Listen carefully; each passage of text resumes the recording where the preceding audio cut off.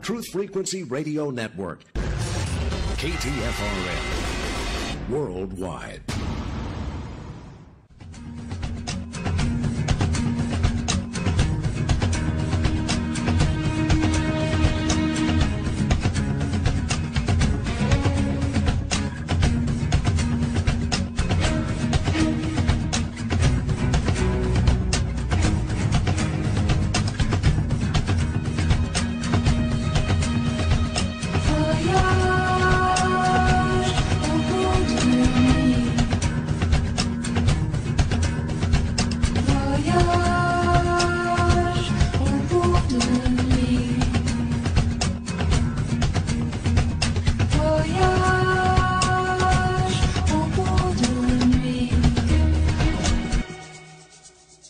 Welcome, Shadowland Voyagers.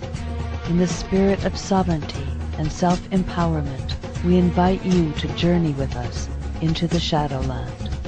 Let's rediscover, reclaim, and integrate the fragmented aspects of our individual and collectively held consciousness. Realize true freedom and restore authentic expression. Could it be the only way out is through the Shadowland? Good evening, everyone.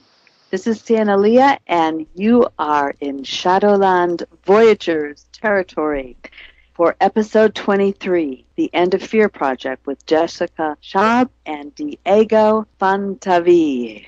We are very excited tonight. So let me bring in our co-host. Good evening, Christina. Good evening, everyone. And Elizabeth Hansen, good evening. Good evening, everyone. All right. Yes, we are going to do the unprecedented. We have 5 people on the line. We have one of our Shadowland Voyager Forum members who has offered to do some inner work with these remarkable people from Bali. And these folks are doing something that really feels on the cutting edge to me. It feels incredibly daring and courageous and authentic. They are creating the space to dispel fear's firewall, a radical approach to going beyond about everything that we hold dear and sacred and think is helping us and serving us, but we're going to break all that down shortly.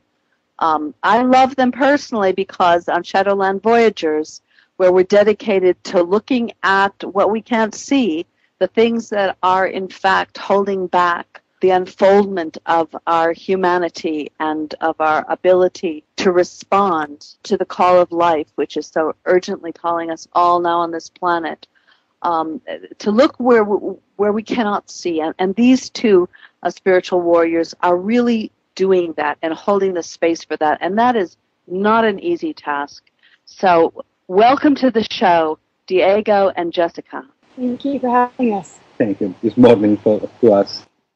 I would like to point out something. You said we are doing a courageous thing. In some ways, it's true, but what we are dealing with is what is outside of the comfort zone in terms of the psychological comfort zone of people, which is, I think, rather than courageous, is something quite hard because the main problem is in regard of what we call existential fear. The main problem is that the majority of the people are willing to talk about that, even philosophically perhaps, or in a spiritual way, if you like.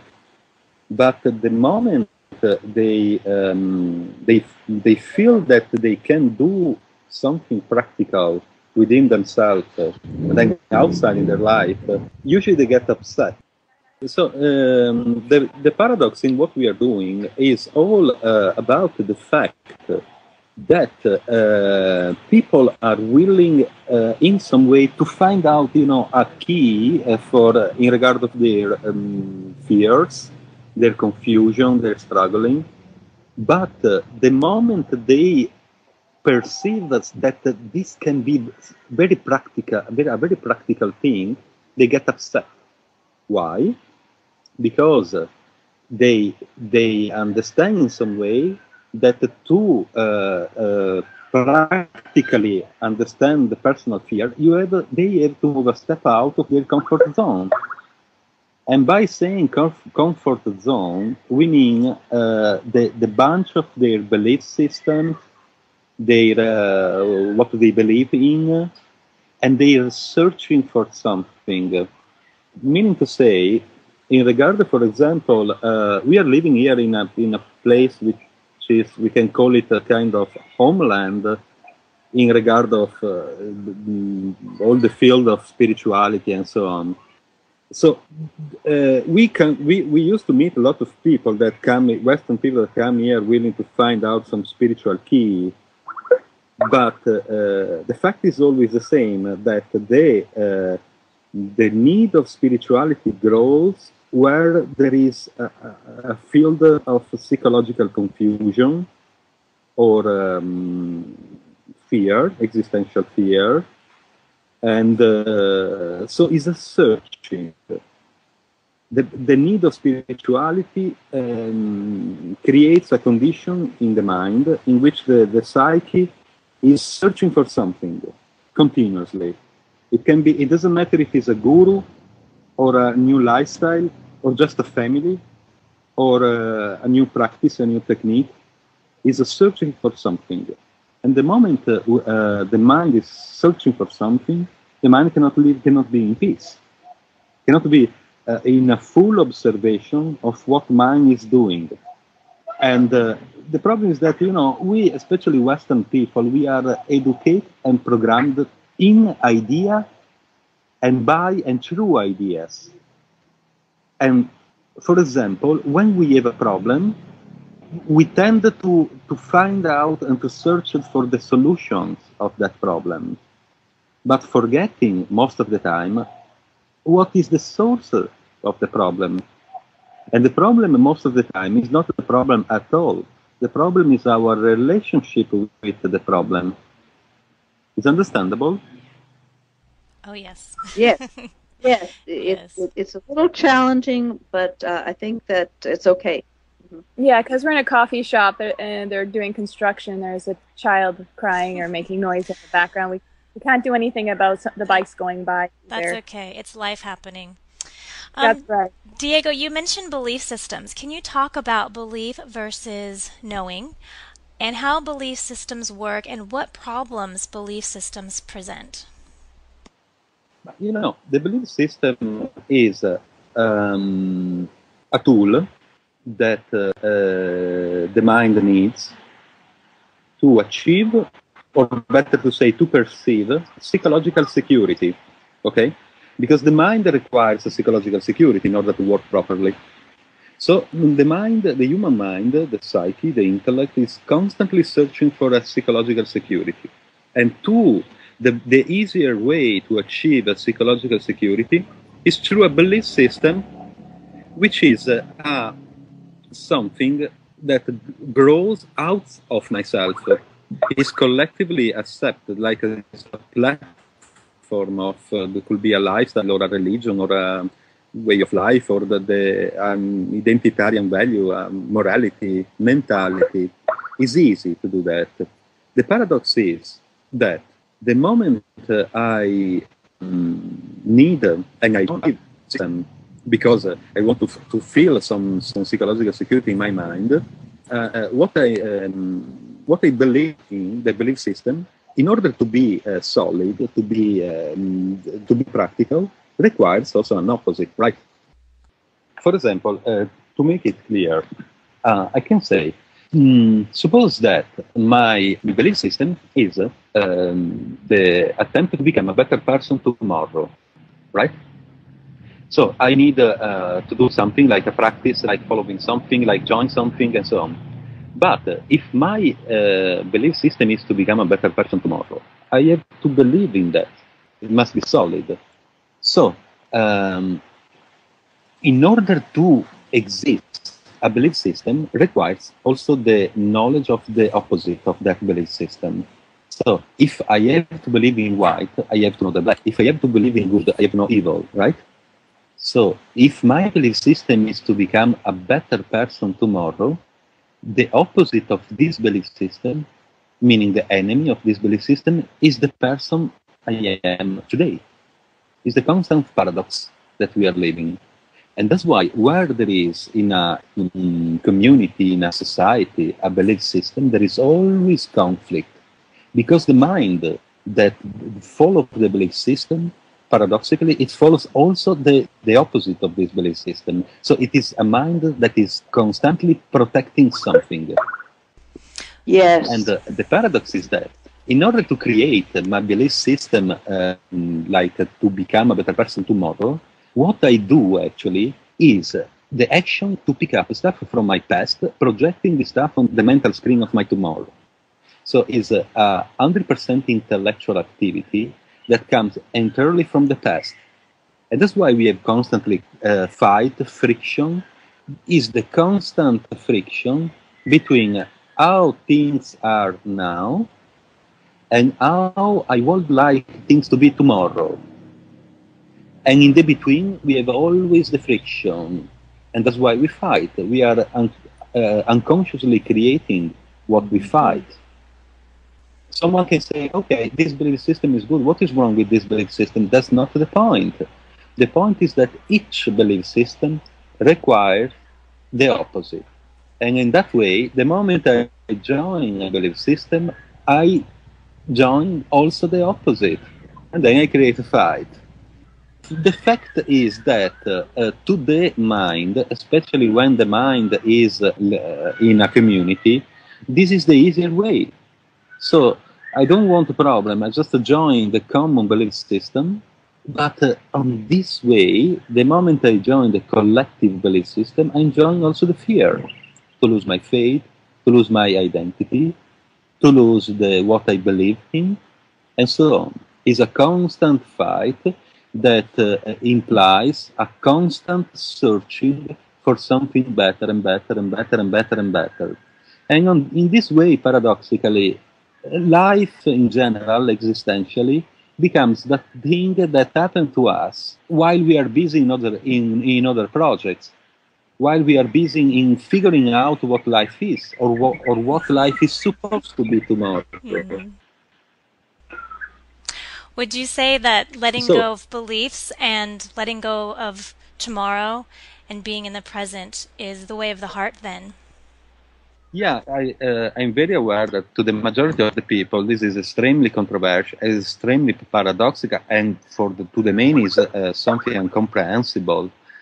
Because what we are saying actually is that if we profoundly, deeply inquire in the origin of fear, in the sense of psychological fear, existential fear, regardless of the facts, the events that create that fear, like my past traumas or whatever, we have to realize that the source of the fear is the relationship I'm having with the perception of my life.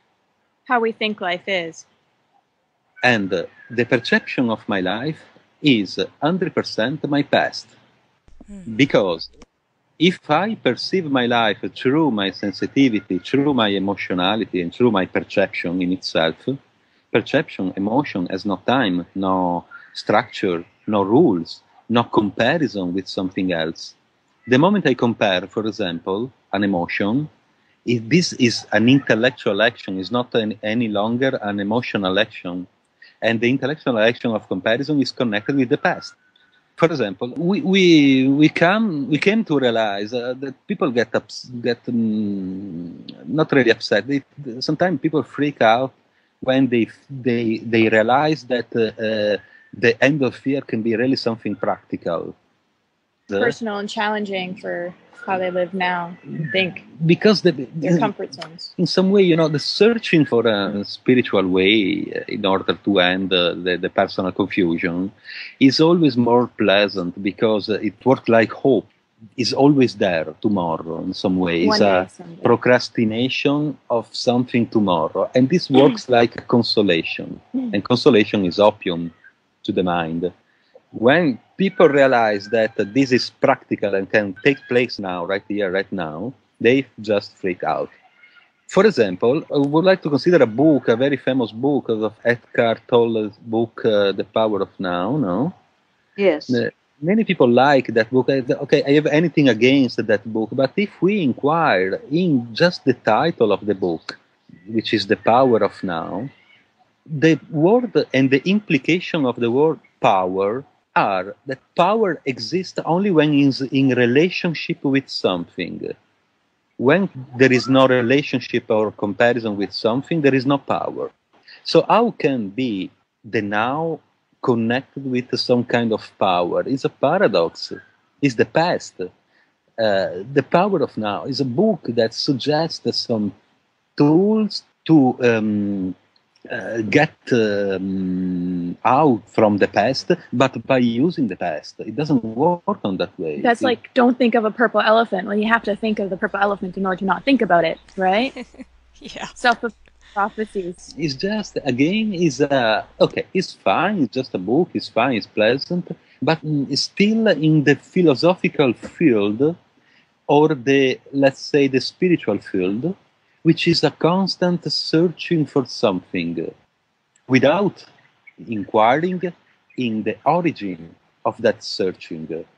So it's all about a question. And the question is, when, especially nowadays, especially in the Western society, in which it seems to me that all the main structures are falling down financially, psychologically, socially, and even spiritually, if you like, the main question is, when we are living in fear and confusion and depression and anxiety, can we think at our fear without the ideas that created that fear? Meaning to say, can we think at our fear without the idea of our past? And the answer is yes, we can do it. The problem is that, I repeat, especially we in Western countries, Western people, we are educated in a certain way in the searching for solutions. So if I'm depressed, I have a problem, I need a solution. The solution can be a medicine, the solution can be a drug, the solution can be, I don't know, new friends. The solution can be moving to Bali, looking for some guru or some yoga, meditation, and stuff like that. The solution can be in a book. The solution can be in enjoying the Galactic Federation of Light and all the things we do to escape fakeness that is going on the web. But on that way, we constantly forget the inquiry in the source, in the reason why we are depressed. And struggling. The reason why we are depressed, if I'm depressed, is not because I'm sick. It's not because I have a disease. It's not because of that. Depression is an indication that my mind is telling me, my body is telling me, that I have a kind of fever and because I'm still alive.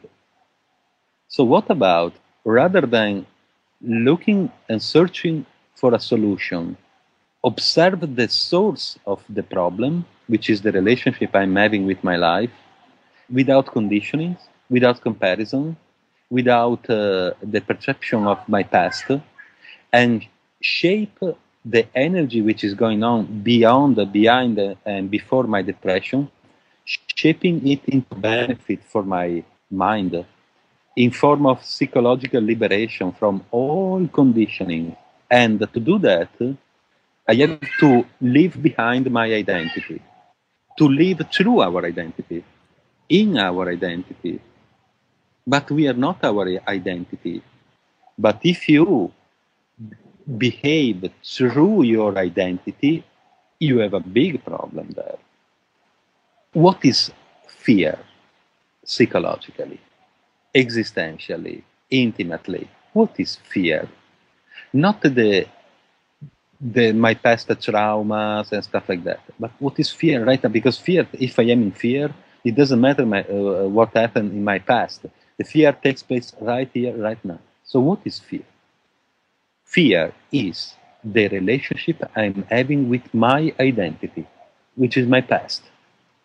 Meaning to say that fear is the perception of time.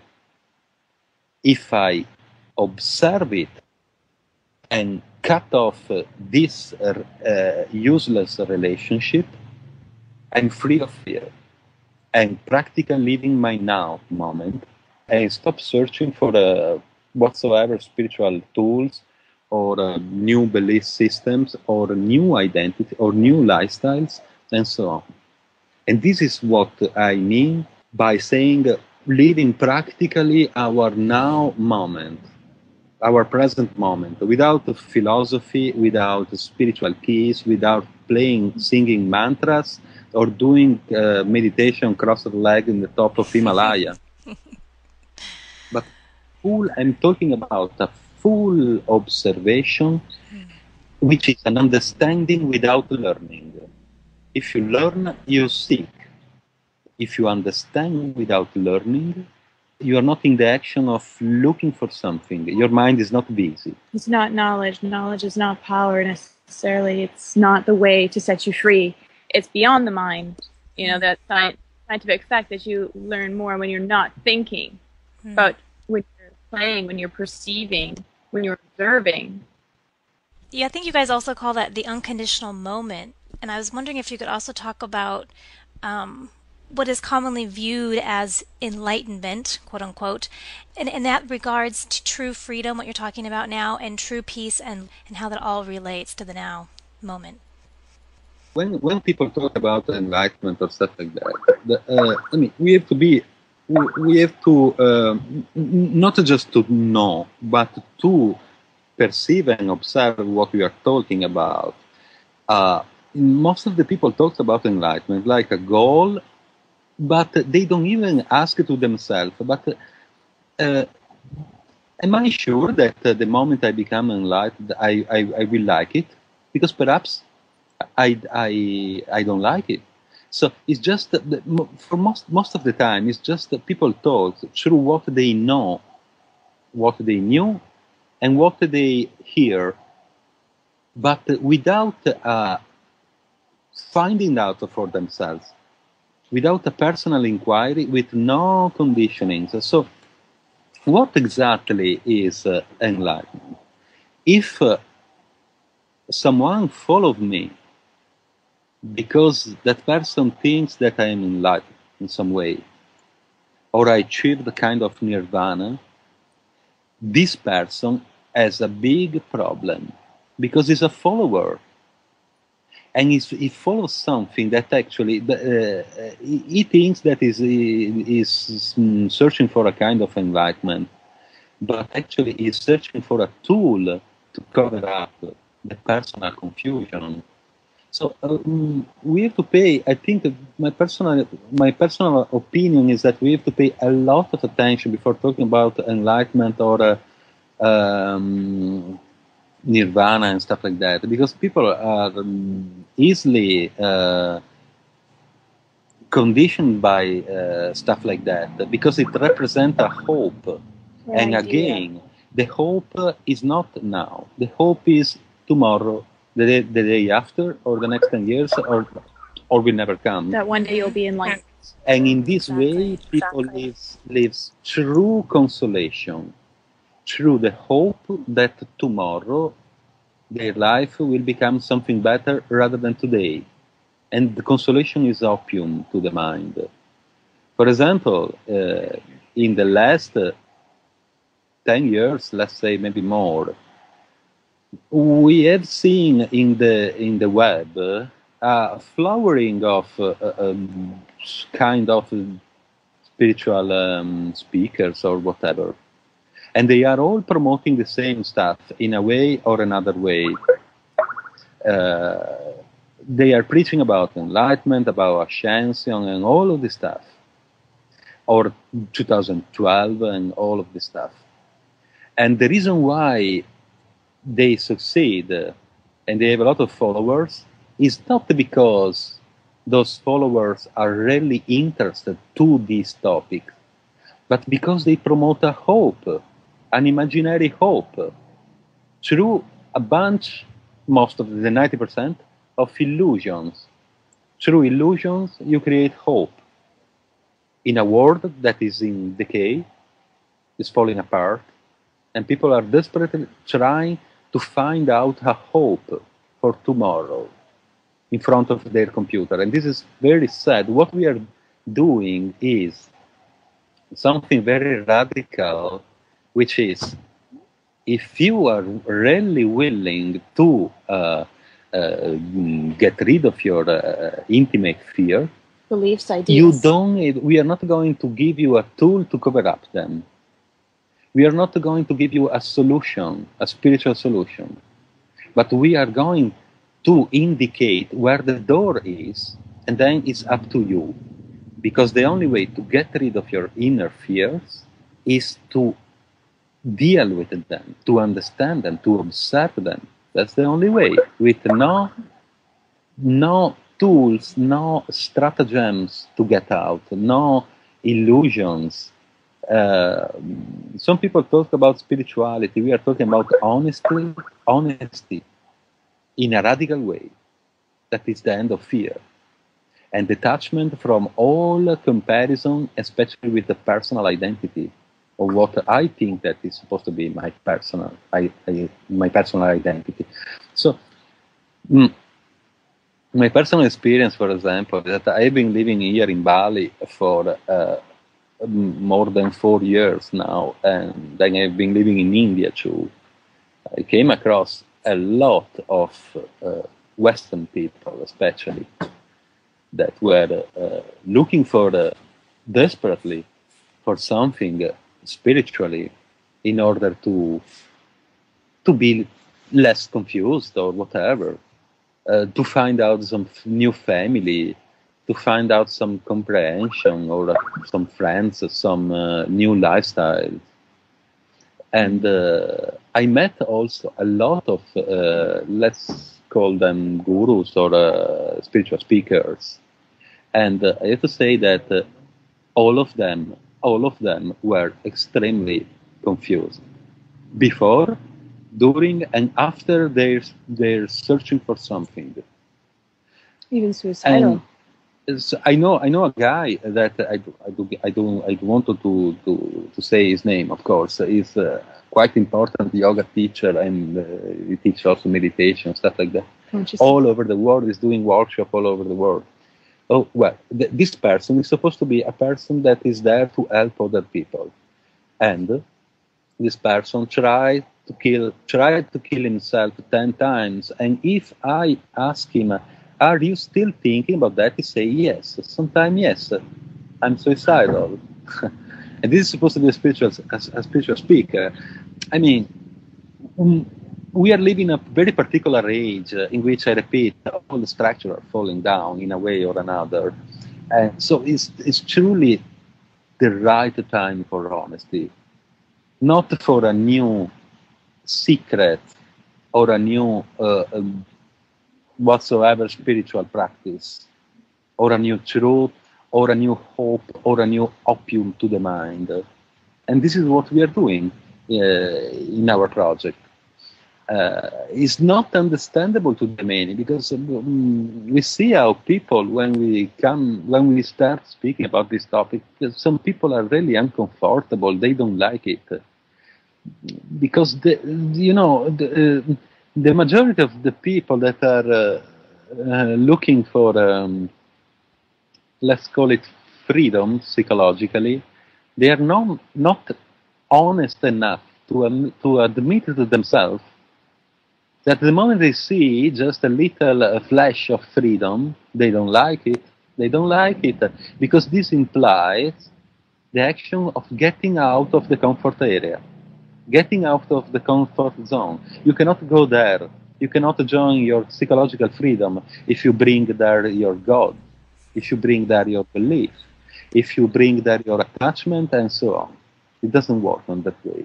It must be full detachment and unlearning of what you know. Is the freedom from the know, for what you know. Okay? And I think the problem is that it's the level of responsibility a person needs to take to look within and face those fears. And that is what keeps people from wanting to do it. They want something to escape to, something that saves them from themselves. What you are seeking is yourself. For example, the main fear that people have is the fear of the unknown, right? What will happen tomorrow? The fear of the unknown. Each one of us fear the unknown. But if we inquire in this... Oh, the last one. Are you there? Hold on. Yes, I'm here. Yes, Okay. we're here. If we inquire in the fear of the unknown, the fear of the unknown takes place in the known, now, and in the past. So the moment I fear the unknown, which is something that I don't know yet, this fear doesn't take place at all in the unknown, because it takes place right now, in what I know. So when I fear the unknown, I'm actually fearing the known, and the known is my past. So it is like if I,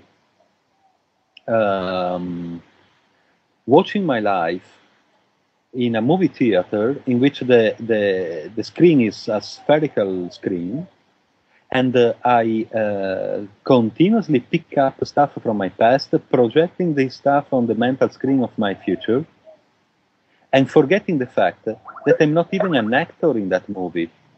Sometimes I don't like the movie, so I scream toward the screen saying, "Oh, please change the movie, please." But it doesn't work. And in this way, I'm forgetting the fact that I'm not a spectator in that movie theater, but I am the movie projector, projecting the movie. So the fear of the unknown takes place in the known, in what I know. It is the constant attachment to what I know. The moment that I detach myself and I free up myself from the known, then I come to love the unknown. And the paradox is that the unknown, what will happen tomorrow, takes place and begins right here, right now, in the now. Because it's now that I'm building up what will be my psychological future and existential future tomorrow. If I fear this, if I fear the unknown, I fear my now, my present moment, because of my past. And when I fear this, I lose my intimate relationship, meaning to say perception, with myself.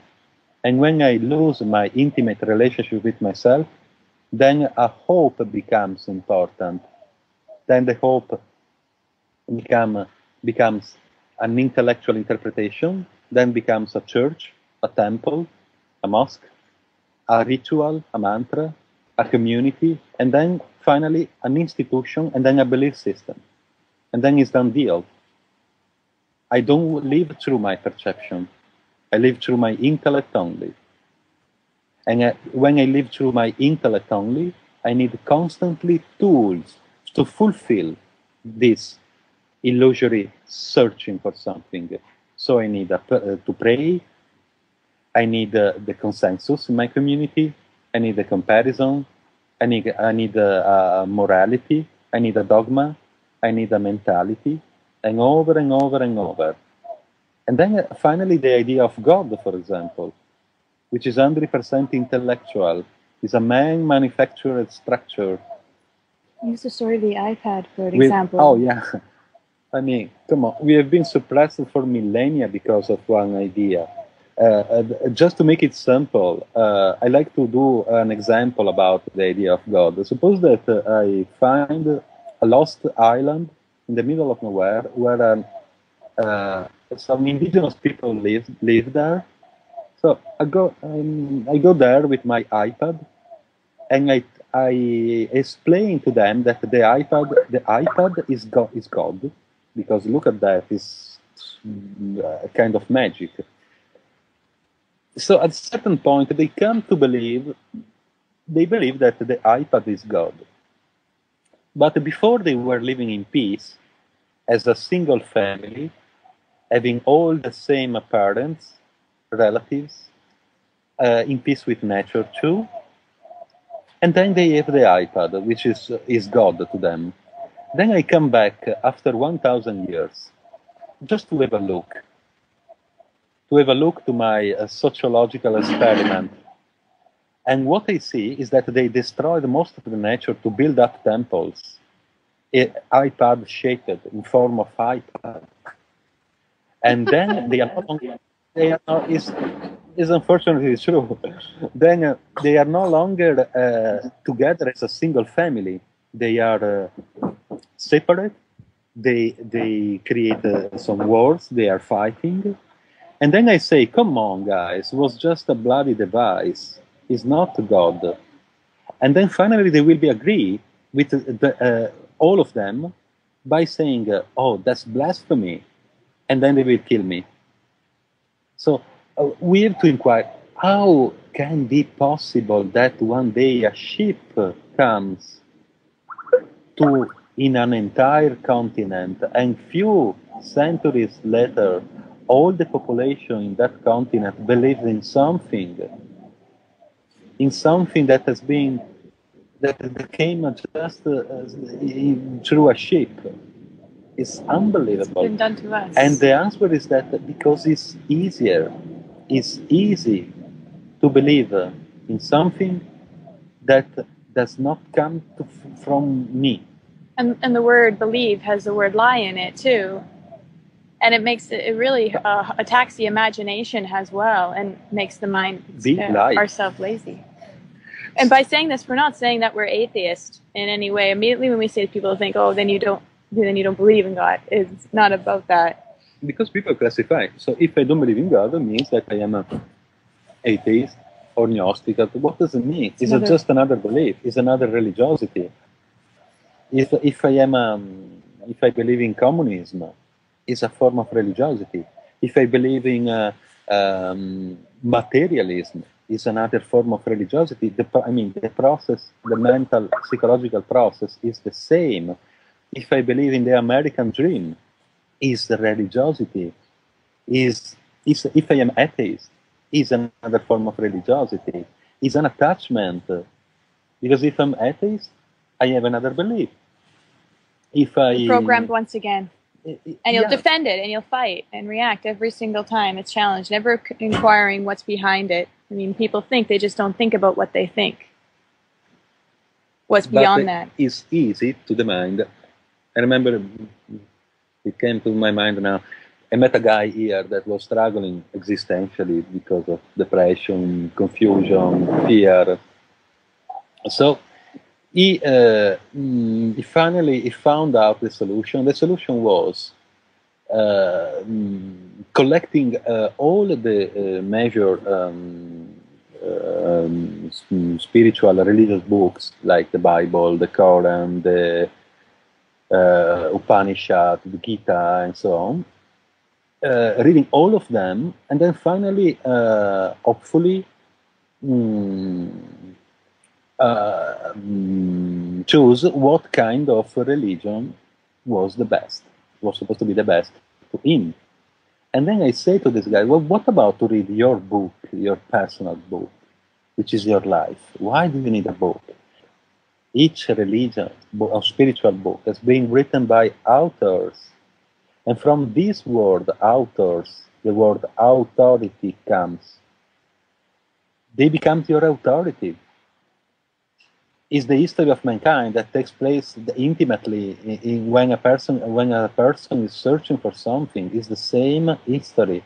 It's an history of fight, identification, belief, and then more fight because I have to protect my belief, and so on, over and over. And so is the history of the intimate history within a person that lives through and in confusion. So is the history of mankind. Not as a virus. We think we are our beliefs. Okay. Okay? Yes. Well, it's not okay, but no, I completely resonate with this. This goes right to the core of where we are, and of course, we don't see it. That's the insidious part. And you're right, because this is all the frightened and the wounded ego that will defend it, or we've had people on talking about the virus, the Wetiko. Paul Levy talks about that, and that when it's really operative, we will defend it till the end of time. We will, and we will not see what we're doing. Yep. So I'm very interested in hour 2 and how you actually approach working with people in this regard. But, like I said before, when people, when you talk about this stuff, and some people start to understand truly, and some of them freak out because why? Because in some way they understand or they perceive, intellectually too, that when they are in fear of the unknown, so they try to protect themselves from this fear. They are actually protecting their fears. Their prison. Because they are protecting the relationship they are having with the known, which is their past. They are protecting their fears unconsciously, and when they perceive it, of course they freak out because it's too much. They say, no, please, no. Don't, this is negative, I want to hear something positive. But I'm sorry. If you really want... They're just calling in the other one. No problem. What we're talking about is this is how the past is the future and the future is the past. And it's too scary for people. They don't like... The movie Groundhog Day explains it perfectly in that way, how it just keeps looping over and over. And we really have to be honest with ourselves enough to go beyond all those fears and understand also how when we were kids that we had all these imaginary friends and now we're an adult and we have imaginary enemies. What happened in between? I'm wondering in this last section here if you can talk a little bit about duality and achieving balance, getting out of that repeating cycle, and how you see that happening. To stop judging it and labeling it and seeing it as good versus evil, to see that they are complementary. I mean, if people think that if you believe in God, then you have to believe in the devil. Therefore, by believing in God, you're manifesting and allowing something like the devil or evil. Right? So it's the beliefs that create the duality to begin with, and also the relationship to it. Particularly in the light worker community, love and light. I just want light. I send you light, and okay, and positivity. Well, too much light makes somebody blind. Positivity of too many positive ions can be a problem. Sometimes you need your body to be charged with negative ions. So it's the relationship with that. Or Diego wearing black all the time. And, that's evil, particularly because everybody wears white here. If without the dark sky, we wouldn't have the stars. From everything comes the darkness and the void, and it's our relationship to that darkness that is causing a lot of problems to begin with. Is there anything you want to add to that, Diego? Well, yeah.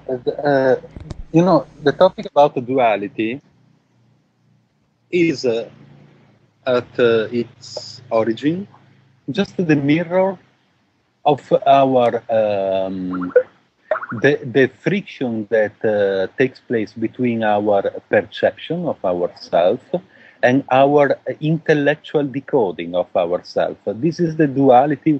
We especially in the spiritual field, everybody are talking about dualities, destroy duality and this and that. But what exactly duality is?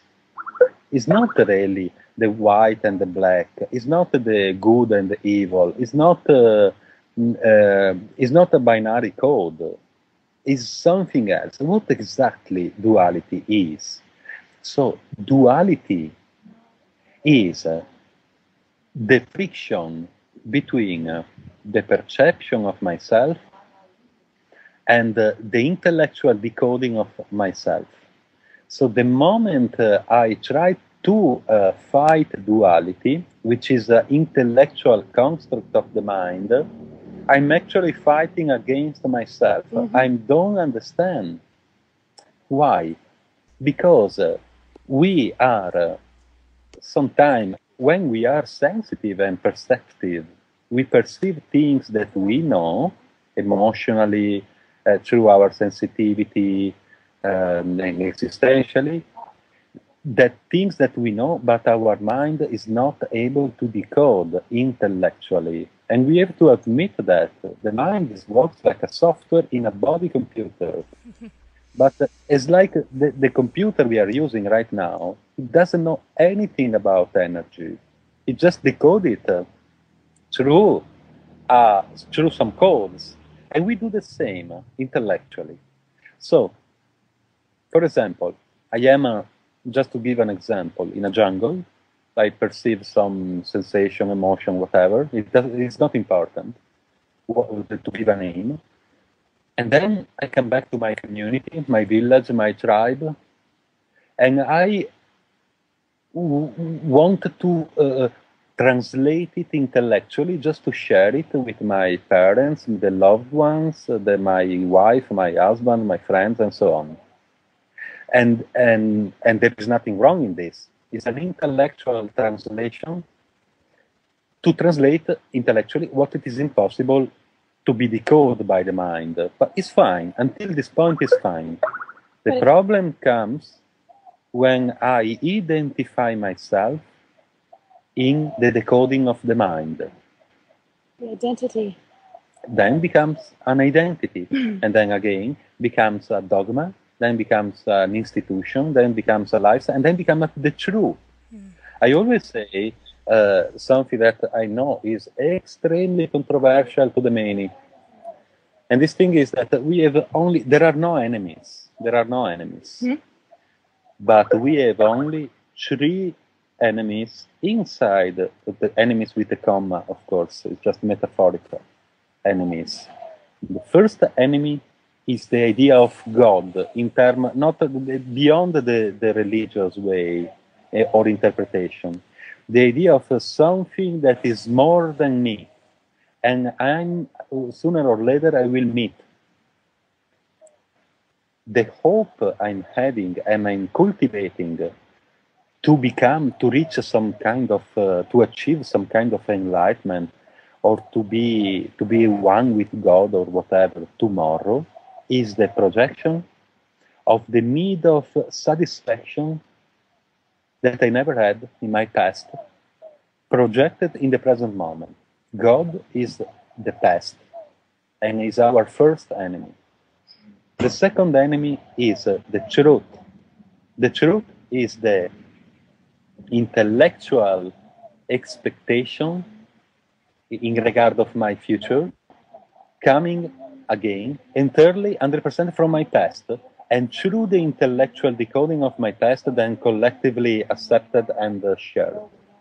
So the searching for the truth is my second enemy. Because the moment I find some truth, then I want something more.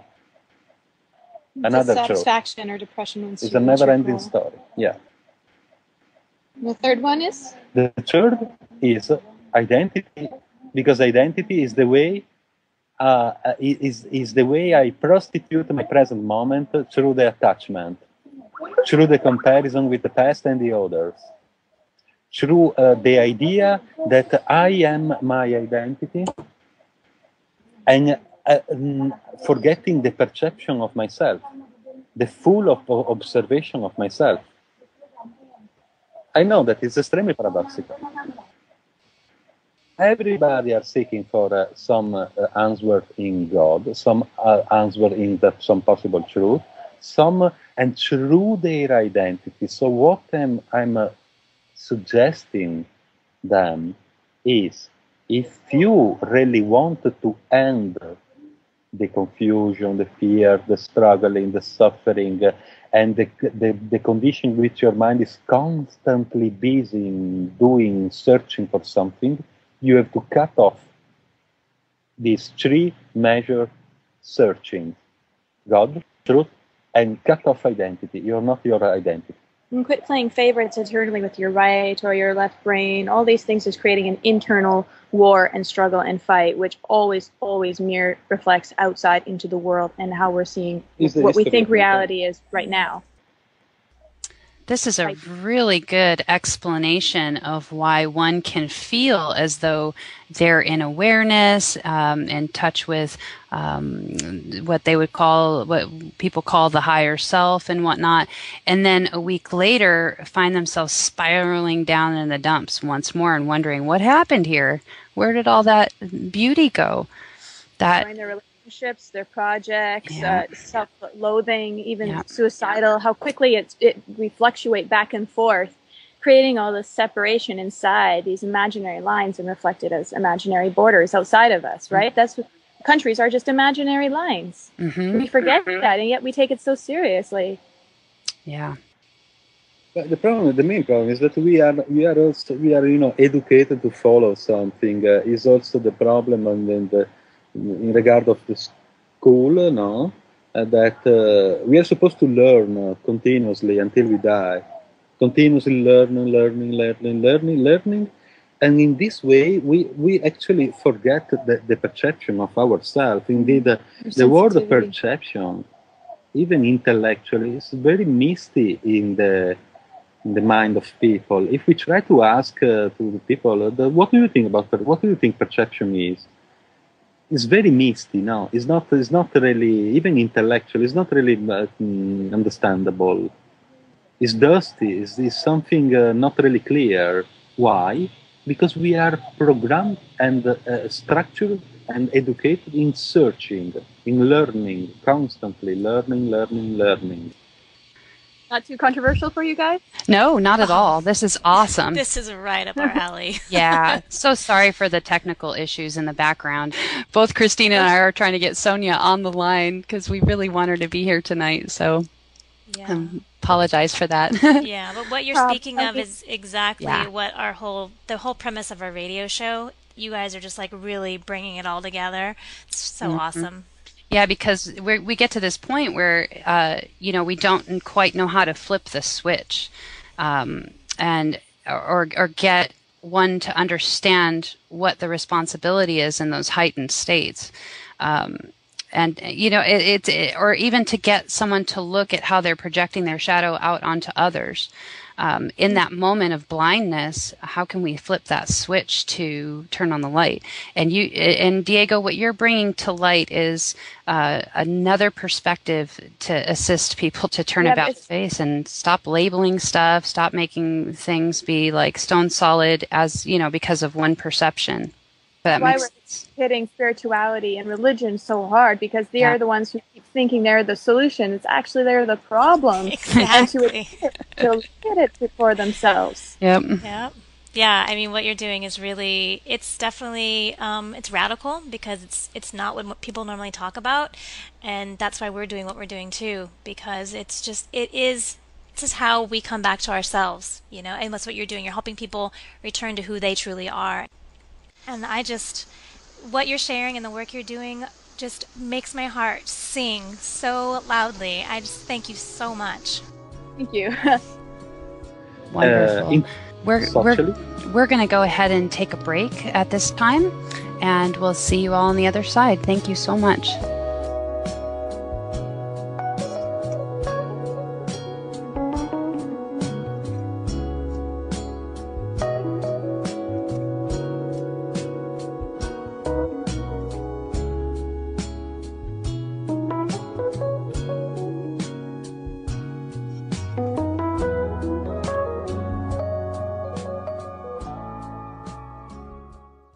Broadcasting worldwide in complete defiance of the U.S. Patriot Act and the NDAA.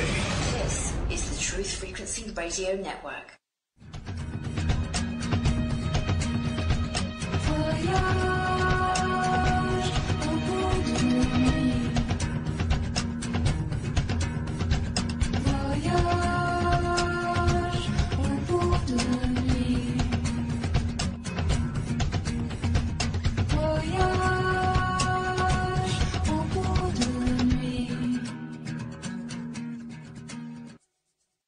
Welcome back, everyone. This is hour 2 of episode 23. We're here with Jessica and Diego. And I would like to utilize the time we have, which is another hour, to dive into how you're working with people. We have somebody ready to do some work with you, and just take it wherever you want to take it, Jessica and Diego, in regards to that. Okay. Part of it is a project which is a nonprofit foundation and community. But the other aspect that we just recently introduced is an interactive conscious reality series. Because what we're talking about is intriguing to a lot of people, challenging and controversial, but also can come across as cliche or confusing and not sure how to start and really delve into it. So what we wanted to do is kind of explaining it wasn't enough. When you're applying it and living it, it's something totally different, and it just changes everything, or brings you back to how you were when you were a child, when things were much more simple and clear. You didn't need to study, you just knew, kind of a thing. And so we just dive right into it with people. We just asked for volunteers or people who were willing to explore their fears, their internal fears. So kind of like Fear Factor, but the internal fears I always thought was quite intriguing. And I've always wanted to do a conscious reality series of actually reality, but not this kind of fake stuff that's been going on for such a long time in reality that's just patronizing us. In a project like this project, which is in regard of very personal topics, usually the tendency of people, which is understandable, is again the searching for solutions. So they say, or they think, okay, well, what are you going to give me? A practice, a technique, a secret? No. The project is all about no methods, it's all about you. Practices, no new lifestyles. The moment you are willing to leave a structure and to pick up another structure, you are programmed one more time, then you have another problem, which is the same with a different dress, a different mask. So no structures. And then people, this is the main step that to the many is very confusing, because they say, what? How can I succeed? How can I get rid of my fears if you are not going to give me any structure, any method? But the problem is not to succeed. Where the idea of success comes from, if not from your past? And the idea of success goes together with the idea of faith. So when people join the project, they have to understand that they are the key. They are the key. There are no teachers. There are no healers. There are no gurus. There are no secrets. They are the key. And this, to the many, is quite scary. Oh, you should respect my ideas. Yeah. Oh, da-da-da. No, we will not, because that's not you. But your beliefs. If we have to speak about a key, okay, well, the only key is total honesty. Not honesty in terms of social value, but honesty in terms of full, total self-observation. Because when there is a total and full self-observation, there is no longer a separation between the observer and the observed. Then there's no more judgment. And in this way, the person willing to join the project is finally, hopefully, able to inquire and to understand fully the personal fears without the ideas and the conditionings and the comparison that are creating that fear. And that's the way. Full honesty. No spiritual this and that and playing mantras and doing this new kind of meditation or this new kind of yoga or meeting the guru in India or whatever. No. Full honesty. You had mentioned in your writing on the Fear Project on the website that people, yes, in your working with people, they find the benefit to the fear and they make friends with the fear, that they actually develop a different relationship with the fear. And I know you're talking about that already some. If you can talk about that at all? I would be very interested in hearing your perspective on that. Well, okay, what I'm talking about is that, okay, I have to say, first of all, I have to say one thing that is true from every point of view. And the thing is that, first of all, we are made by energy, not by ideas. No one can say that this is not true. It's true from every point of view, including the religious one, if you like, the intellectual one, the scientific one, and so on. So first of all, we are made by energy, not by our ideas. So when I'm experiencing psychological fears, confusion, struggling, suffering, and so on, this is a form of energetic movement which is going on, not just within my mind, but even physically in my body. And this is a form of energy, and which is my energy. It's not the virus, it's my energy. The virus is the idea of that fear, the identification I'm doing in that fear, or the bunch of conditioning coming from outside that most of the time are the creator of that fear. This is the virus. The fear in itself, without the conditionings, is just a form of energy, electromagnetic energy going on within the brain, but it's not really important to define scientifically what kind of energy is. Let's say it's just energy. And this energy is my energy. It belongs to me. It's my energy. I'm producing that energy. So if I keep going through this path only through the identification and the idea of my fear, I will be always confused. Why? Because I'm not using that energy, which is my energy. That energy is like the junk energy to me. I'm not inquiring, I'm not living, I'm not experiencing that energy. I'm experiencing just the idea of fear.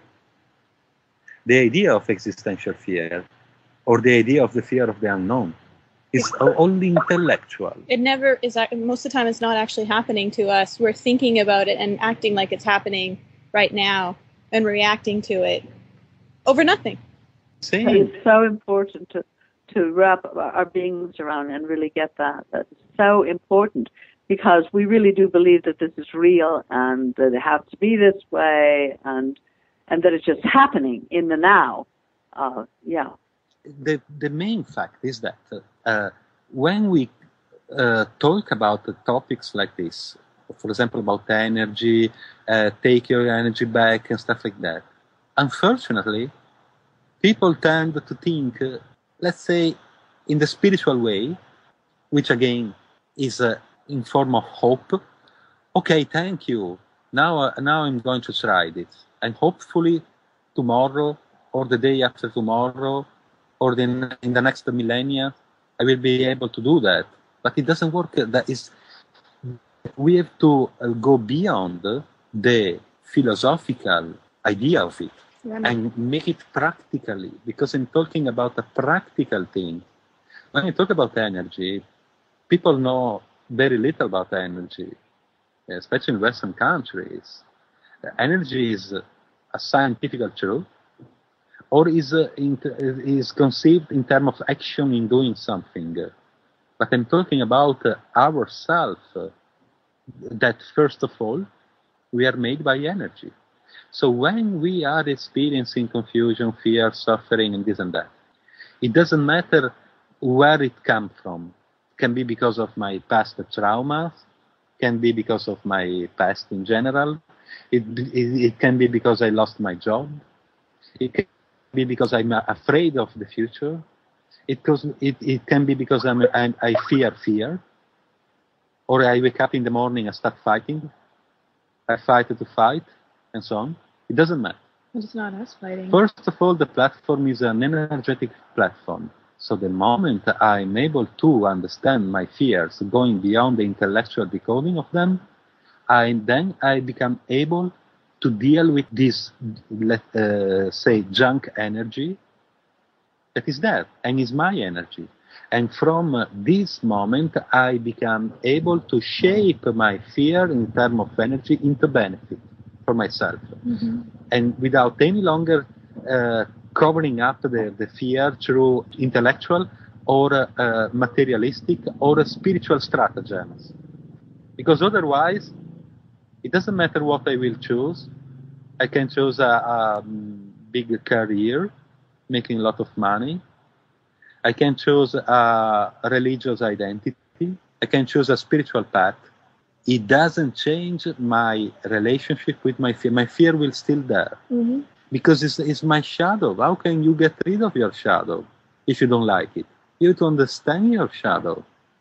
We have to realize that we are not the actors in the movie of life we are doing, but we are the movie projectors. For example, considering the term, the word spirituality that comes from a Latin word spiritus. From Latin, spiritus means the condition in which the mind has no longer conditionings. So the mind is empty. It's not empty negatively. It's free of conditionings, meaning to say free from time and past. Of course, the Buddhists and the meditators all talk this very language to empty the mind and to free the mind of all the conditioning. But you're saying that the path of meditation does not accomplish this, correct? Exactly, because if we understand it, it's easy to say, empty your mind, and then it's done deal. You will be free. Oh, okay, thank you. But this is just, you are saying something practical, or are you saying something intellectual? And again, we have hope. Because people say, thank you for the hope you are giving me. It's motivational. Okay, fine, but must be practical. For example, what is meditation? Meditation comes when there is the need of meditating, and the desire is 100% intellectual, and it comes because there is a field of suffering and fear. So I need a meditation to calm down my mind, to have a rest, and to do that I have to control my mind. I have to control my body. I need a certain posture. I need to breathe in a certain way. Perhaps I have to even to play some mantra. And this is meditation. It doesn't matter if it's shaking meditation, walking meditation, or the ancient meditation. But meditation grows where there is a need. Instruction. It's all about the need. And the need is to control the mind. So now we have to inquire in the aim of meditation, which is awareness, consciousness, and the aim of control. And we have to say, what is the relationship between awareness, which is supposed to be mind with no conditionings, and control? How can I possibly think that by controlling my mind I can achieve some kind of awareness? What I call it is the militarization of the mind through a structure, a control. And not to say that we can't meditate 24/7. We cannot do that. Then I have to say that it's true that the real transcendental meditation creates some particular frequency in the brain, creating gamma waves in the brain, able to affect the environment and the body, which is true. But the question is, this form of energy created by the act of meditating is really understandable intellectually and perceptively by us? Because it's just an energetic movement. And I have to say, yes, it's true. When the meditation is the real one, it's true. But are we reading this movement? And then consider the fact that this movement of energy comes from ourselves. The question then is, are we able to do that without any meditation, any act of controlling the mind? Because this is extremely irrelevant. We cannot achieve any form of awareness if we try to control the mind. It's another structure, and it comes from the desire. which is the antithesis of the meditation itself. And we experience more control from the system outside of us because of what we're doing inside, yet again. And yet we never are dealing with the fear in that meditation. It's an escape. Yes, it's a temporary escape, and it doesn't negate the conditioning that's in there creating the fear. Yeah. It's escaping the dealing with the personal fear by staying crossed-legged in the top of the mountain, or by playing mantras, or by now in the new age scenario we have a lot of different kind of meditation. I have to say I'm sorry that some of them are quite ridiculous, like shaking meditation and tantric, cosmic, transcendental yoga meditation. I mean, come on, guys. What are you doing? Are you trying the best you can to invent a new form of escape? Or are you really willing to inquire and to understand your personal confusions?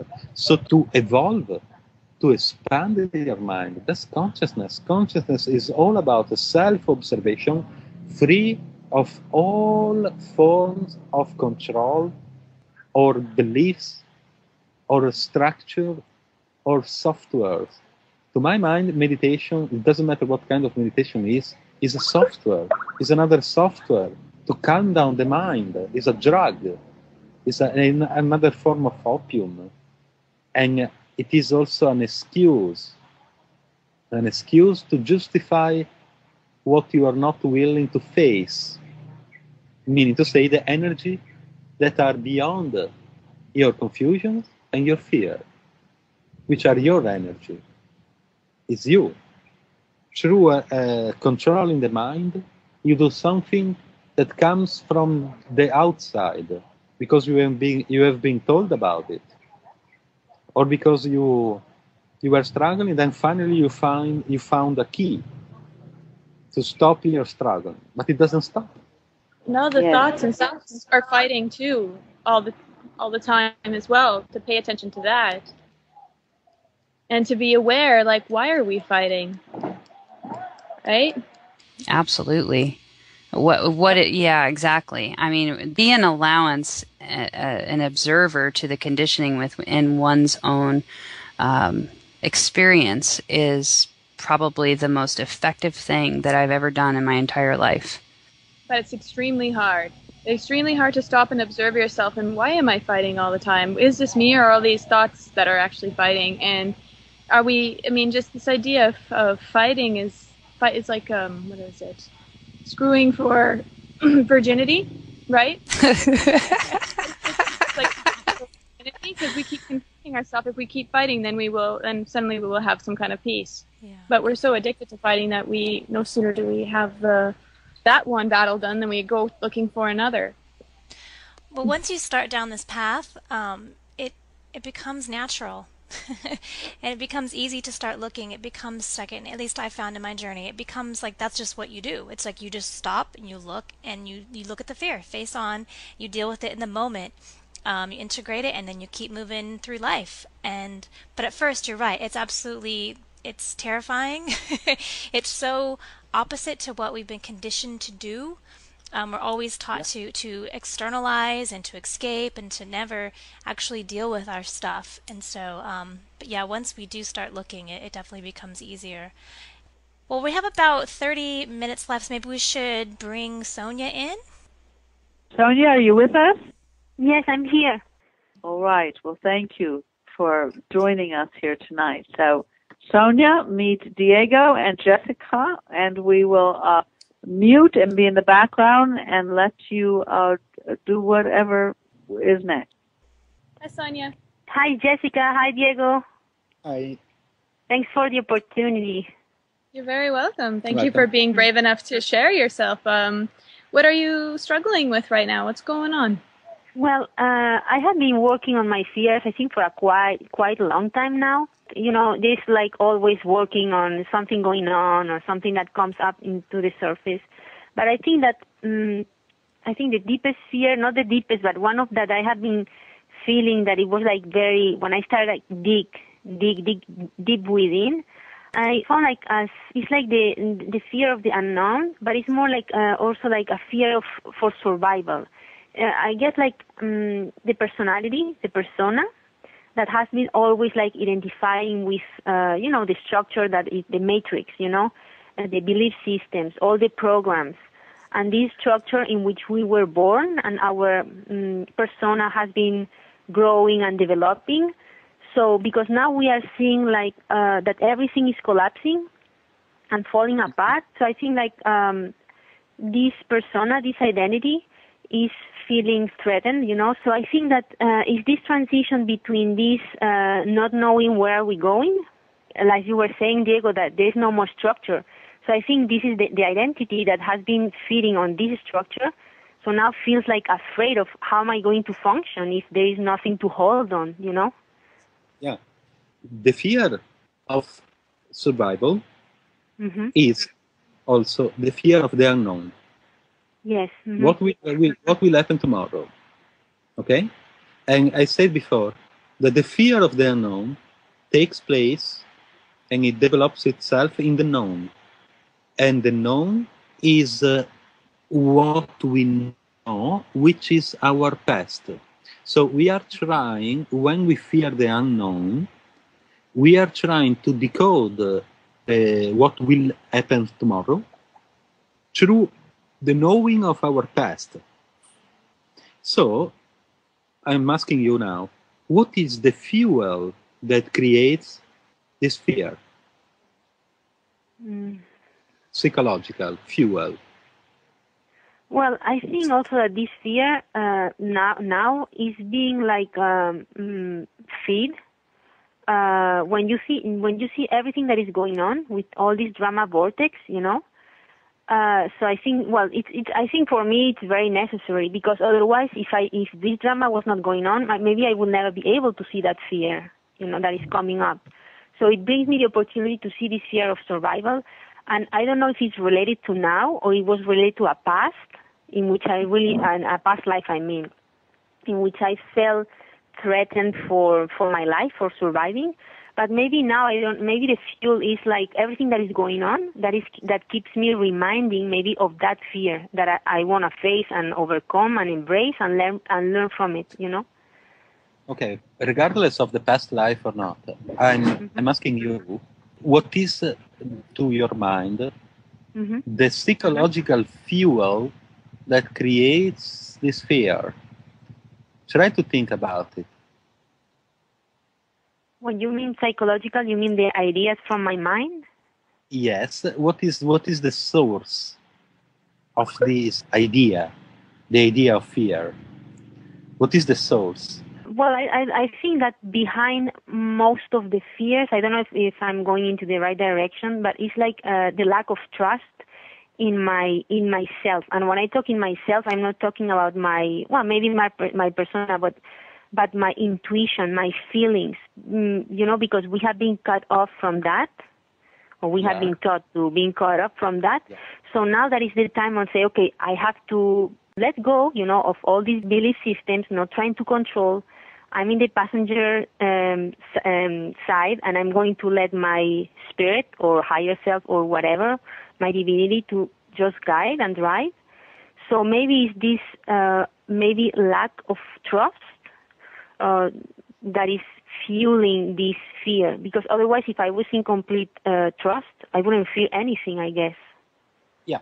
So are you agree if I say that your lack of trust takes place because you compare, because of comparison between your experiencing of life right now and the past, the conditionings, the system, the structures, the beliefs, and so on?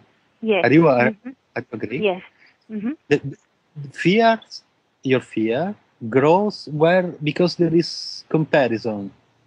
Is that correct? Yes. So then my question is, why do you compare? Yeah, I know. That's the mind again, because I have to say that when I'm really connect with my inner heart, if I can say, when I go, I really connect. And as you were saying, no meditating, just like, for example, contemplating nature, sitting under a tree, or just like doing something that I really love to do. I think all of my fears, because I'm so connected, they fade and they disappear. But as soon as I get in the mind, like you were saying, like, I go back into the mind, so the fear comes up. So I of course, it's like an energy that is hanging up there. But I forgot the question, actually. My question is, it's a very precise question. If the fear you are experiencing comes from comparison, then yes. the question is, it must be an intimate question. Why do you compare? Try to understand this. Why do you compare? Because if you compare, you are consciously and unconsciously protecting your fear. So the lack of trust you are talking about is actually because you trust more the comparison you are doing between your present life, experiencing of life, and all the platform of structuring, comparison and belief and past, rather than trust the experiencing of life you are doing in the present moment itself. Yes. Right. So why do you compare? Why do you, and what does it mean, stop the comparison, which is liberation of the mind? Yes. Practically. Well, I think like also because this mind, this mind has been like so used to work into this structure. That's what, like now I know what you mean. It's like when you are and it may feel like now you are going to jump into the unknown, and of course I am ready for it. And if I really look deep inside, I'm not afraid. But I think that still somewhere there is a fear. I mean, I don't know if you know what I mean. I mean, when I'm really connect, I know that it's the thing that I have to do, and there is no turning back, and there is no. I just got keep moving forward. But I still feel and can sense that there is still this energy holding, or maybe holding me back and saying, hold on this or hold on that. You know what I mean?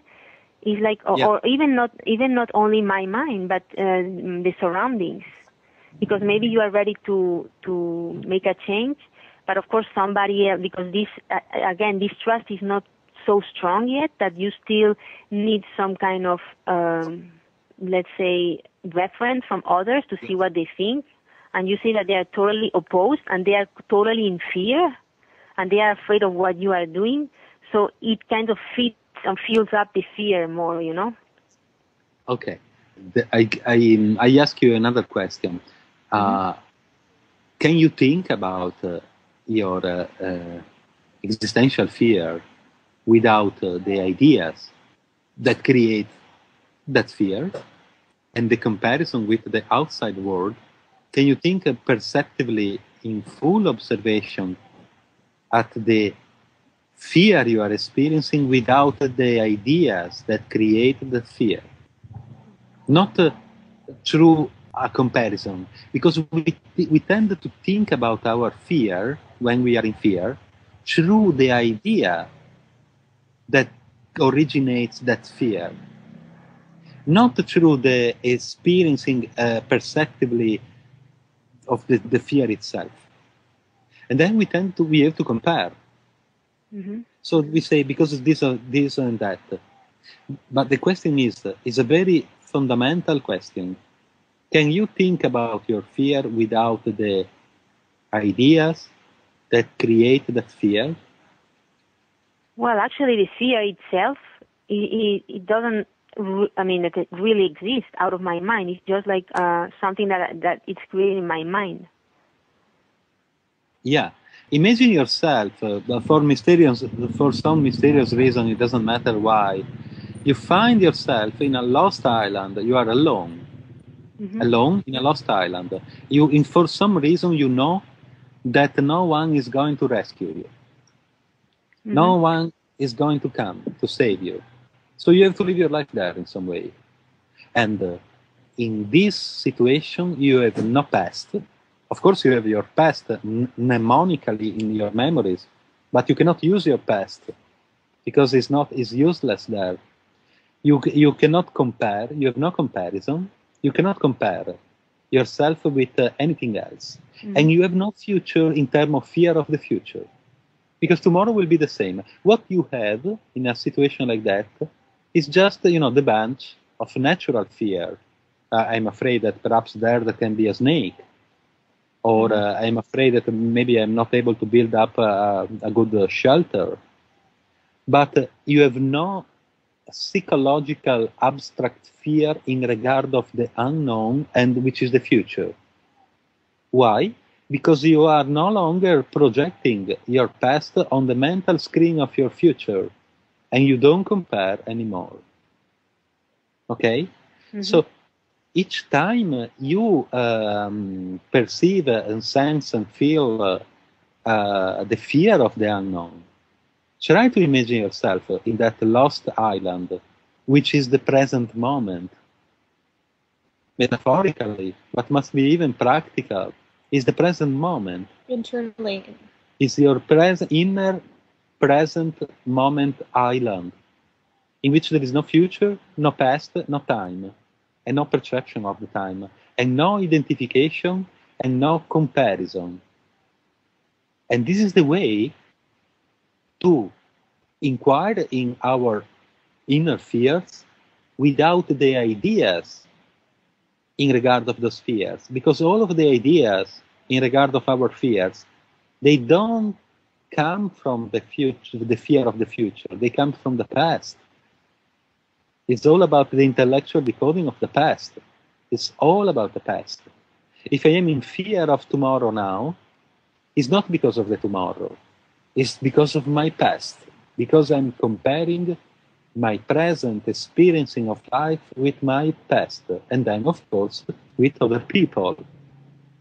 And that's the comfort and familiarity. What I've been told, in the way how I have been structured. And in this way, you are not actually in fear of something. You are in fear of fear. It's different. In this way, we wake up in the morning, we start fighting, trying to fix up something. And then we fight to fight.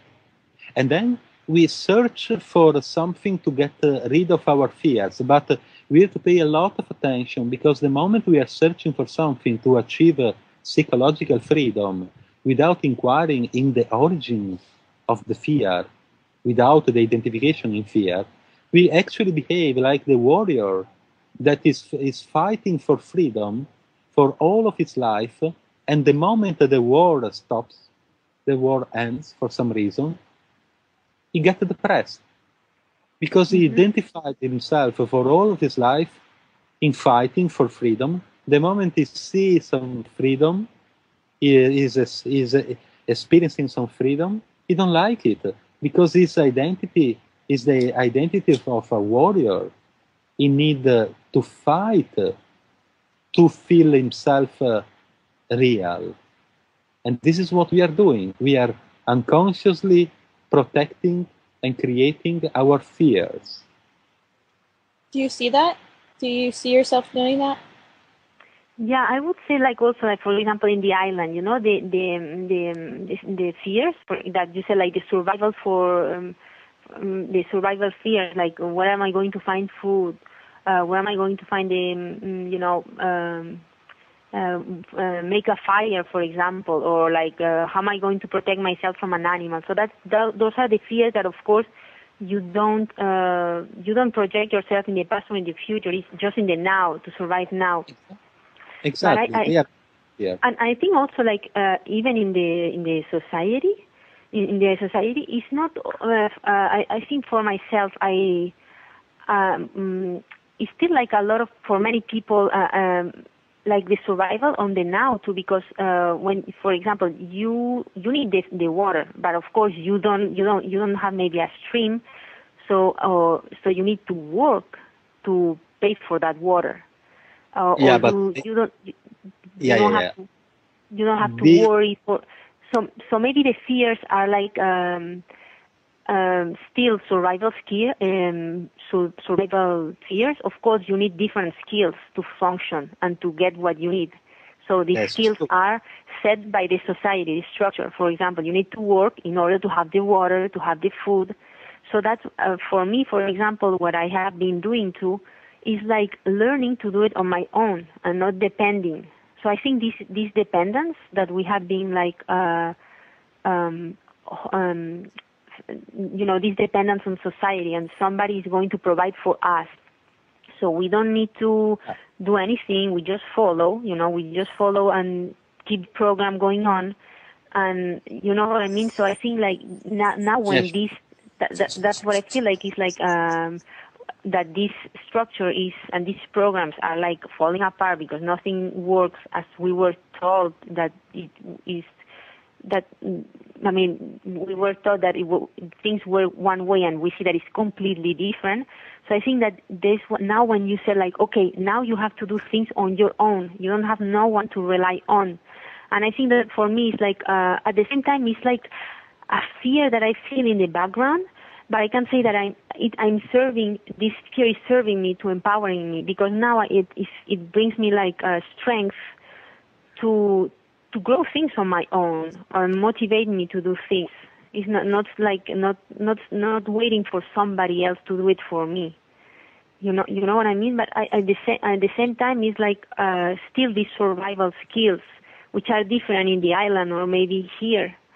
But it's all about the point, and the point is the point of responsibility. The idea of responsibility we have is truly ours idea, or it comes from the structure of the belief system, the background, the society in which we live. Mm-hmm. For example, we especially in Western countries, societies, we have been told that we have to cultivate our responsibility in the future, otherwise we will get in trouble.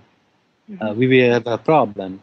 But if we have to imagine a balance in which we have two plates, and in one plate we have the responsibility society wants us to follow, meaning to say we have to take attention and take care continuously about the future, but, which is a projection of the past, and is fear to fail.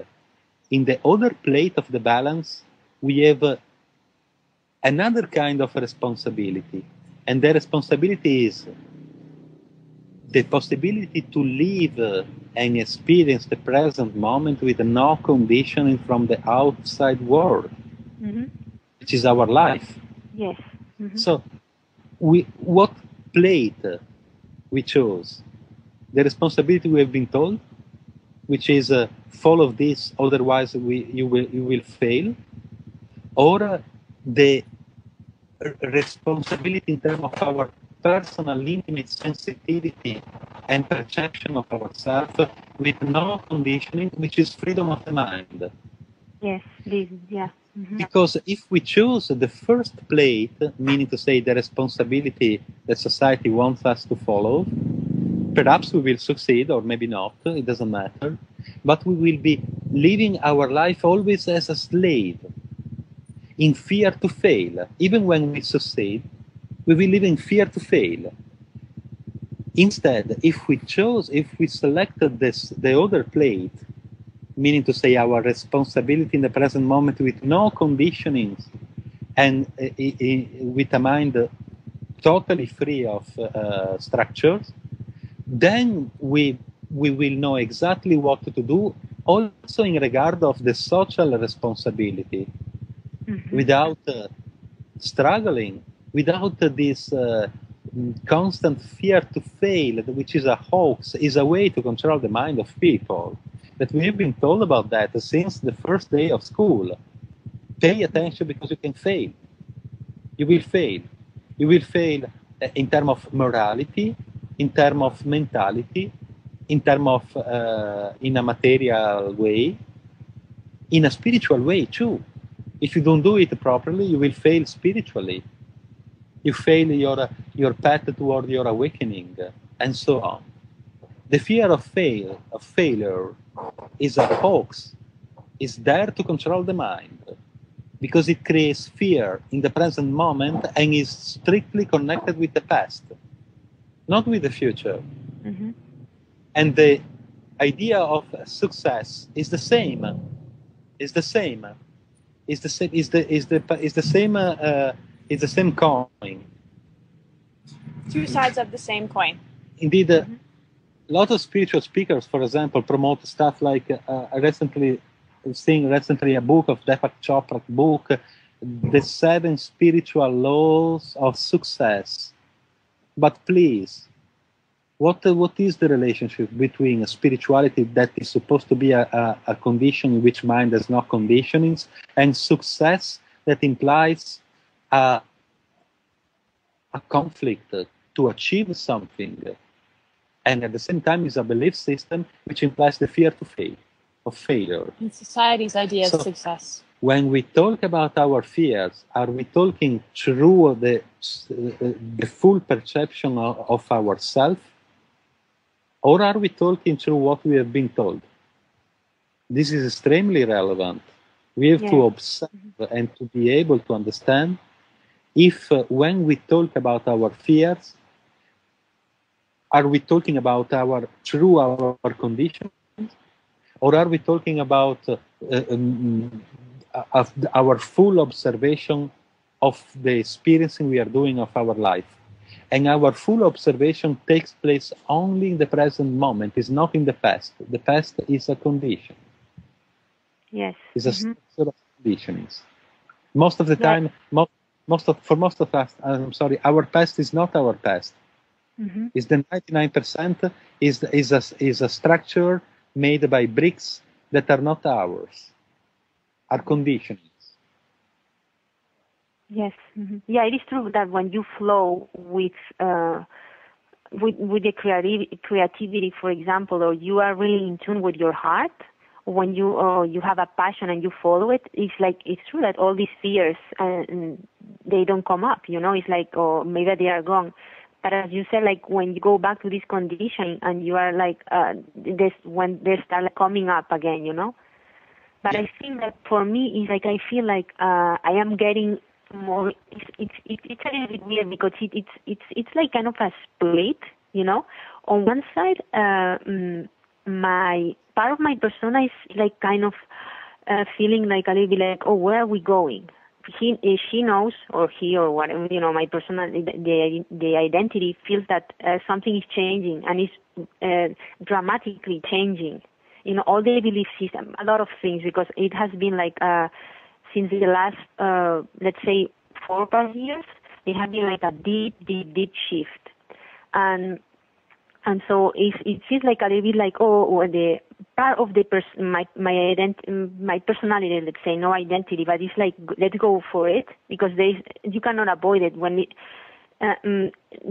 shift is going on, and you feel like the heart is calling, is getting out, is expressing itself, the intuition. So when you, and also like the other part of the persona that is so identified, or has been so identified with the belief systems and programs, is feeling like, where are we going? So it's like, it could be like kind of twins, One is like telling, okay, let's go, you know what I mean? And one is pulling the other, let's go, it's time for, and one is still like, I'm walking a little bit like slowly, not going where, but you know what I mean? So I think I feel it's a little bit in this process that I feel now, Yeah. I can say in a different way. The need to dream is because dreams have no needs. But and the life we are doing, what we call the reality, is just a part of the whole dream. If we dream 24/7, what is the difference between reality and dream? If we dream 24 hours and 40 and 59 minutes a day, that 1 minute of reality will be the dream. So we create our fears because we live through needs, because of needs. we are not able to stop caring, not even for a second in our life. That's why then we need a meditation, which is another structure to cover up something. I said before, there are no secrets, but if I have to say a secret is very easy. The secret is stop caring. The moment the fear comes, stop caring. Don't care about the fear. Inquire in fear with no needs. Because the moment you are in need, you are in searching for something. And when you are in searching for something, your mind is not quiet. It's busy in searching for something because it's in need to achieve a psychological security, a solution, or enlightenment, or a nirvana, or God, or a spiritual key, whatever. But when the mind is searching, meaning to say when the mind is in need of something, the mind is not fully an observer. It's not calm, it's not in peace. And this is the main paradox of mankind. Since millennia, each one of us is looking for, fundamentally and basically, for happiness. For happiness. Not well-being. Someone can think that maybe I can achieve happiness through making a lot of money, or maybe through a religious way, or a spiritual key. But each one of us, we are looking for happiness, fundamentally. And happiness is psychological security. And to do that, the paradox comes because when we start searching for something, a tool, a key, a stratagem, a structure, and we are no longer happy. The moment you are able to give a name to your need, you have lost the perception of the need. And then comes the identification. And the identification brings fear. So, fear comes because we live our life through our needs, which are not the need to survive. This is a natural need. It's supposed to be natural, meaning to say an instinct. We live our life through the need to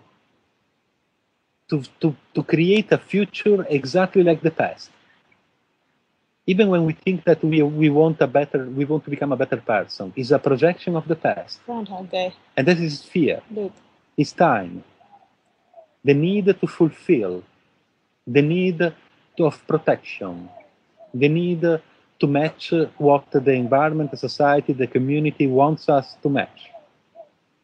Is a need. Fear is there where there is a need. So can we, when fear comes, can we live the experiencing of the present moment we are living without a need? Without a need of the future will come. In a way or in another way, it will come. But can we live the fabrication of our future which takes place right here, right now, existentially, without a need? Especially when we are in fear. And the answer is yes. Detachment, unlearning, dismantling of conditionings. There must be no past in the present moment, only just a photographic album. Otherwise, we are always in need to create something better, to escape fears. And this is what I say, when I'm saying, can we think about our fear without the ideas that created that fear? Yes, but only if we have no need to get rid of fear. This is the full understanding of fear.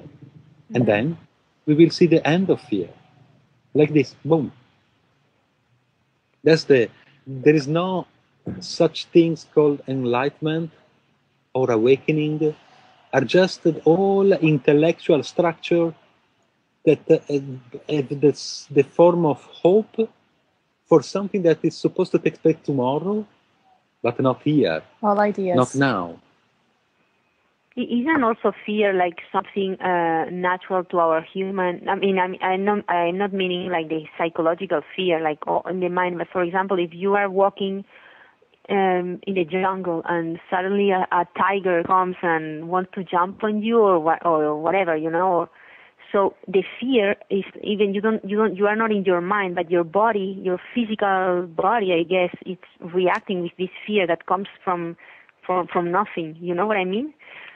So I think that for me, for example, at this point now, is like the fear is not stepping me back. Is the contrary, is helping me to move on in the sense of the danger, I think, is get stuck into this fear and not move. But when you see the fear, and maybe like the fear may be a motivation to say, oh, I'm afraid of what? Of surviving, for example. Why? Because I may not have food. I may not have the basic fears, you know, that I may not have water. I may not have shelter. So you start working on these fears, and you create your own. You start learning how to grow your own food, how to heal yourself with natural medicine, or things like this, you know, that keeps more empower yourself and give you more independence. And I think once you start building this, you get also out of this, or maybe the fear of survival maybe will always be there, especially maybe not in the mind, but in the physical body. You know, I don't know if it's a natural reaction or, but when you empower yourself and you get like, as you said, no structure anymore. You can do it on your own. You don't need to hold it to depend on nobody. So, so for me, that's what for me it has been like working. In the past, yeah, they were holding me back, but now I feel like it's serving me in this way, you know, and say, okay, there is this fear. Why is this fear here? Why do I have to learn? But because maybe this fear is telling me, oh, you have been like, it's like you have been like not relying on you for this. So this fear is coming to show me that I should be more independent and start growing food, for example, or mostly for the basic stuff. Because the future, who knows, right? As you said, we don't know the future, but it's more it's like you are in the jungle, so you are going to try to learn how to make a fire, or how to find food, find a coconut, or where to find the water. You know what I mean? So. Mm-hmm. Yeah. So, but look at that. Suppose that if you are in the Lost Island and you have to make a fire, you have to build up a shelter. If you consider two situations, the situation in which you fear, oh my goodness, I never did it, I'm not even able to I don't even know how to make a fire, I don't even know how to make a shelter. The more you cultivate this fear, which is a fear of tomorrow, because it's not taking place right now, the more you will not able to build up a shelter or to set up a fire, because you are busy in thinking at the possibilities of the manifestation of this fear tomorrow. The moment you stop caring about it, then it will come spontaneously how to build up a shelter, because you live your life through your imagination, through your creativity, through your visionariness, if you like, without a busy mind, busy in figuring out the worst scenario. So, in any case, regardless of the natural fears of the tiger and this and that in the Lost Island, and in the life we are doing here, right now, in the Western society, it doesn't matter. The fact is still the same. We have two possibilities. One possibility is a possibility in which we care about what things can be tomorrow or the worst scenario. The second possibility is stop caring about that, and just observe what you can do right here, right now with your life through your perception, imagination, self-observation, and creativity and visionariness, without comparing with the past. If you fear something in the future, the fear you cultivate is because of the memory of the past and the comparison with the past. Again, projected on the mental screen of your possible future. And that's why a dog will bite us if we're afraid of it, or a bee will sting us. It's the vision that we're projecting onto the animal. So if we deal with our inner fears and understand them, then when we are in an actual fear of a tiger, there's communication. You're fully present in the moment. You're not influenced by the past, comparison, or conditions. And that changes everything. That's how people are able to be in the presence of wild animals and not be harmed. That's unconditional love. It's communication. How do you feel about the conversation? Is there anything else that you want to share or add? Oh, well, no. I just want to finish by saying that the important thing to build up is the trust in our inner heart, in our intuition, feelings is crucial, I guess, especially today, right? Yeah, because the more you trust and the more you surrender, the more it just kind of works. I mean, if so many people are so worried about their finances all the time, they're always worried how they're going to make it. But in reality, this month they're always fine. It's next month they're worried about. And they've been like that for 10 years. And they continue with all that unnecessary stress and fear. But yet every month they're fine. Yes, yeah, it's true. I want to thank you, both of you, Diego and Jessica, for the opportunity. It's been great talking to you. Thank you so much. Thanks. As far as how you guys can reach us, Diego has a website, endofearweebly.com, correct? Yeah. And my website is jessicamystic.com. We are also both on Facebook, Jessica Schab and Diego Fontanive. And we're also on YouTube with our project. We're also on Skype. So we're pretty accessible. We're also on Twitter. Beautiful. It's been absolutely super I've just been having deep insights listening to you. There are some people that part the curtains of illusion and allow you to step through simply by their presence and what they give. And I really believe you two are people such as this. So I thank you really from way down deep in my heart. I'm finding your information very valuable to my life, and I'm sure it's going to be valuable to the many people that listen to this. You're very welcome. Thank you so much for giving us this opportunity. I'm ready to book a trip to Bali, too. Oh, in person, too, would be great. There's a lot of people come to visit us out here. Yeah? If somebody wanted to come visit you, you have a place for them? You have a... It's very, very cheap and easy to be out here. So, I mean, there are a lot of places all around us that you could get from anywhere from $200 to $400 a month. We can easily organize the accommodation for people. It's not a problem at all. You know. The basic idea of the project is it works on two different ways. The virtual way, of course, with internet, Facebook, whatever, sessions, whatever. We are trying to create actually a foundation, so to have even physical places dislocated all over the world, not necessarily just here in Bali. It's more practical in that way. Of course, talking with people virtually is one thing, and in a physical way is something totally different. So we are trying to create something like that, to a physical reality, not just a virtual reality. Yes. Also, that because would be wonderful.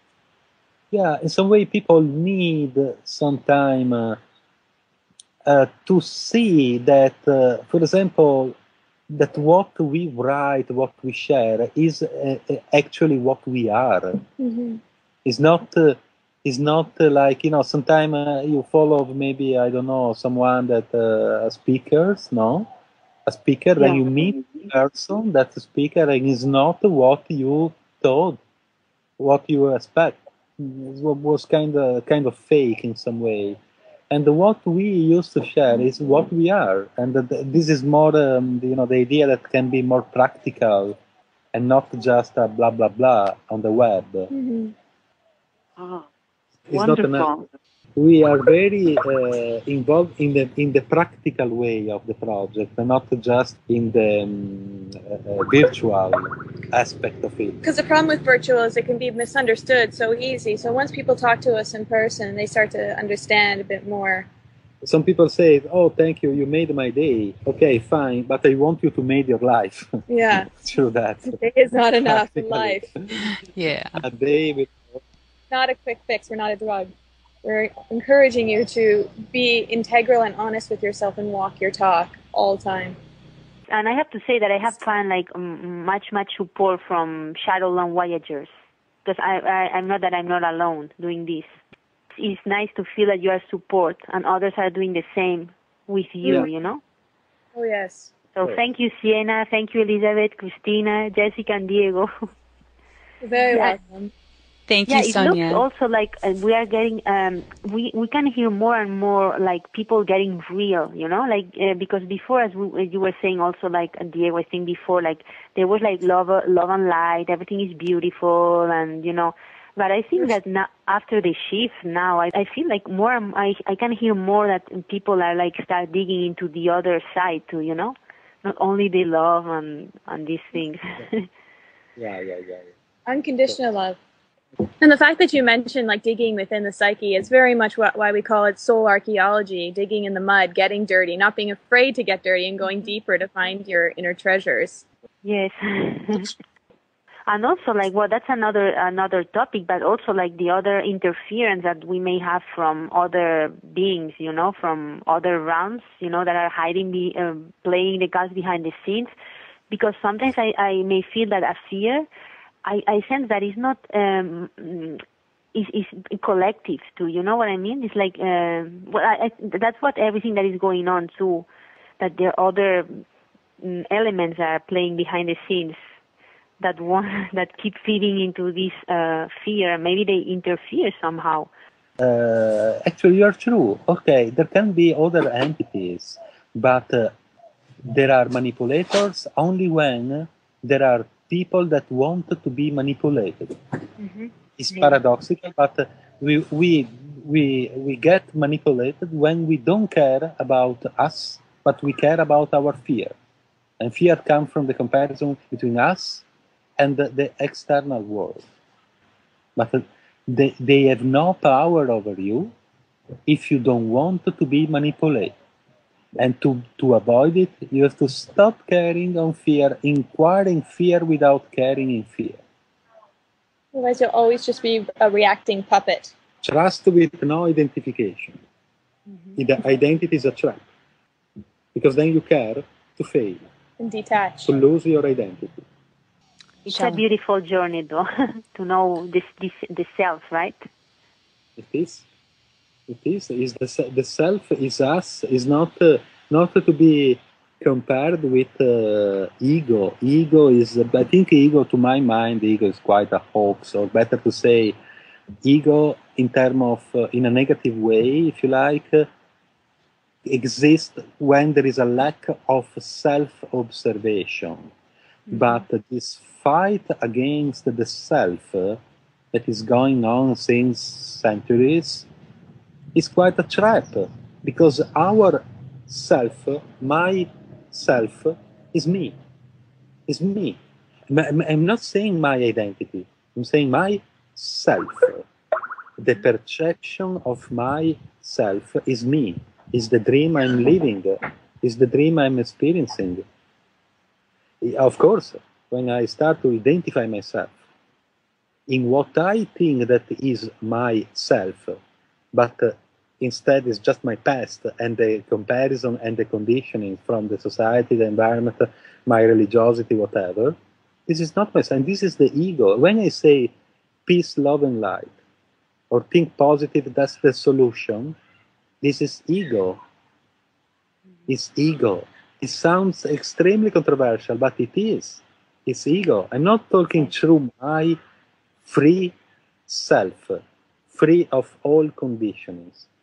I'm talking through expectations and softwares that have been inoculated inside my mind by the external world.